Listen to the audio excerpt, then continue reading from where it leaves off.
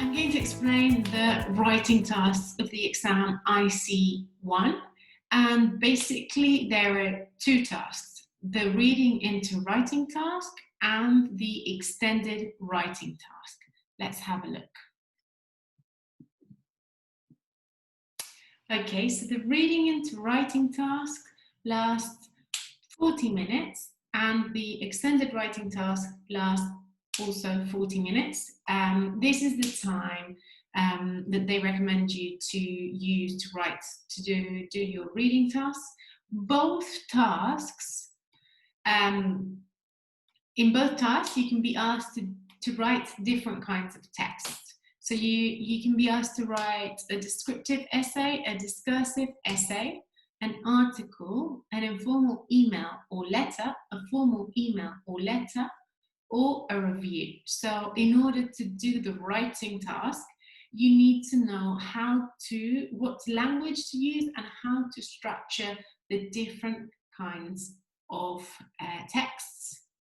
The reading and writing task is an interesting task because you have to use the information from the text in the task before. If you remember the multi-text task, so that information that you read before in the exam, you have to use to write your text here, if it's whatever kind of text it is. Okay, so we're going to look at the kind of texts that there are that they can ask you to do. Let's see.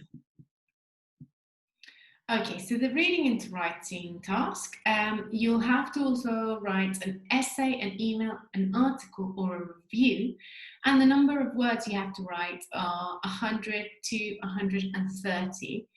And it's important that you read the question carefully and you answer to all the points in the question. So this is the only way to get full marks.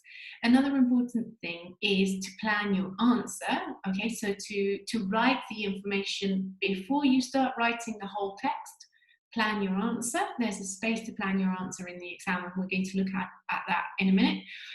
And you have to refer to all text. So this reading into writing exercise is not for you to give your opinion.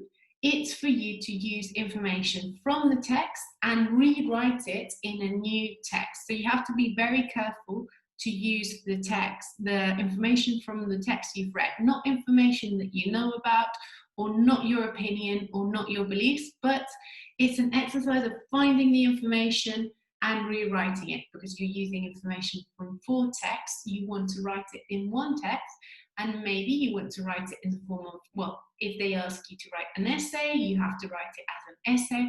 If they ask you to write an email, maybe you have to write it to a friend, write that information to a friend and ask some questions or give them some information.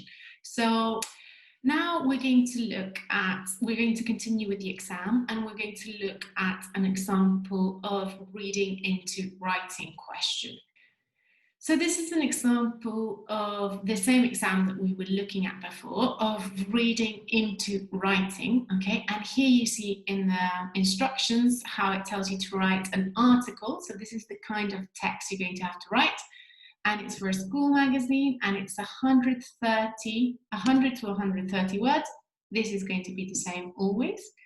And you have to write why more students should learn languages. Okay, so we've got the reason. Why should more students learn languages? What are the advantages of learning languages? And what you have to use information from the full text that it explains here on pages 4 and 5. And what do you have to do? These 3 points. They explain how language learning will help students in the future. Okay, so what about language in the future? How is it going to help them in the future? Suggest how learning a foreign language could help their performance at school. So how is it going to help them now at school? And advise students on useful methods for learning foreign language, how to learn foreign language. So to get full points, you need to do all of these things. Maybe in your planning notes, you could write future, and you could write another thing for school and you can write advice. Okay, so here, find information in the text. How can it help you in the future? For example, for your career or to travel, etc. How can it help you at school? It can help you memorize, it can help you find information, depending, not your own ideas like I'm doing. You shouldn't show your own ideas, but find the ideas in the text. And also for advice of methods, also find the methods in the text. Write them here, and once you have all the ideas, you can write your article about languages.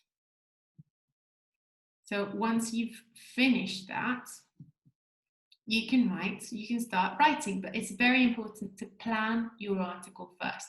The examiner is not going to rate you on your planning notes. They're only going to rate you on your article in this case.